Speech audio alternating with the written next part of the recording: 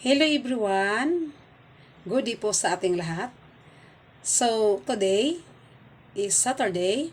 So, ipiflex ko sa inyo guys ang aking lulutuin today. So, magluto pala ako ngayon guys ng ginataang papaya. So, ito na. Nakita nyo na yung aking papaya. Guys, iyan ang aking lutuin. Papaya. Ginataang papaya. So, itong papaya, hinihiwa ko siya ng panipis-nipis.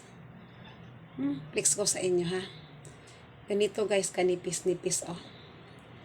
Pag maggata ka ng papaya, huwag na natin masyado ding nipisin kasi madali lang naman ito maluluto guys no. Kasi madudurog po siya. So ito ang aking panghalo ngayon.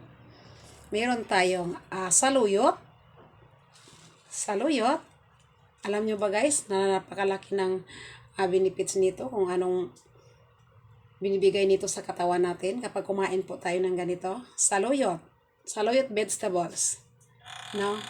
Hinimay ko na yan guys. At isa pa, ito pang pinakamasustansyang gulay. Kita nyo to? Talbos ng kamuti. O kamuti tops. Masarap po talaga ito guys. O, yan, ganyan ako guys. No? Ihalo ko yan ngayon sa ginataang papaya. Tapos, syempre, pag may ginataang papaya, meron tayong niyog. So, ganito guys, niyog. Hindi talaga ako guys nagpapapiga doon sa paligid, kundi ako lang talaga. So, pinapakahid ko lang to doon, din ako na. So, sa 4 na pirasong papaya, hindi naman masyadong kalakihan ng papaya, apat yan. So, lagyan ko siya ng 2 niyog. Ako na nito magpiga guys. Tapos, mayroon tayong sibuyas, onions. Meron tayong siling haba, no? Para masarap talaga ang ating ginataan. At saka meron tayong loya, ginger. Ito talaga guys yung masarap talaga to sa mga lutong ulam na meron tayong ganito. No, meron tayong ganito. At saka talo yan? Kita nyo yan? Yan. Tinapa fish tamban. Yan.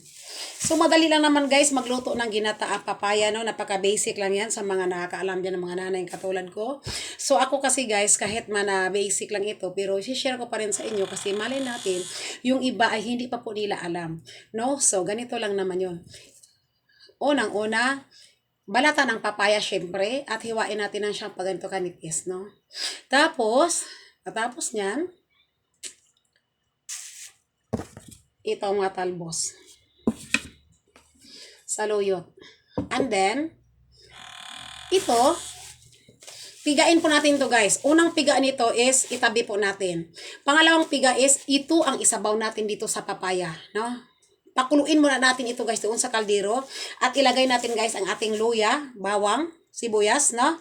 At saka, pag kumulo na, ilalagay natin ang ating papaya. No?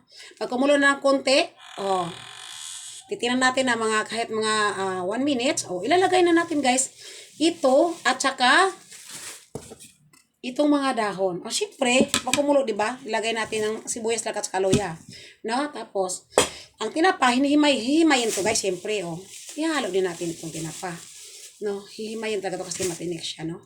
So, ganyan lang po guys kasimple ang pagluto ng ginataang papaya. No? O kahit sa magluto ng laing na gabi. Pagsama-samahin lang naman guys ang masangkap doon sa kaserola. Ilagay itong mga ganito, mga spicy, no? Pagka kumulo na yan siya, ilagay niyo yung gabi niyo. Luto kayo ng laing. Pero ito kay papaya man, so papaya ilalagay natin. So that's it guys. Thank you for watching guys. Bye-bye.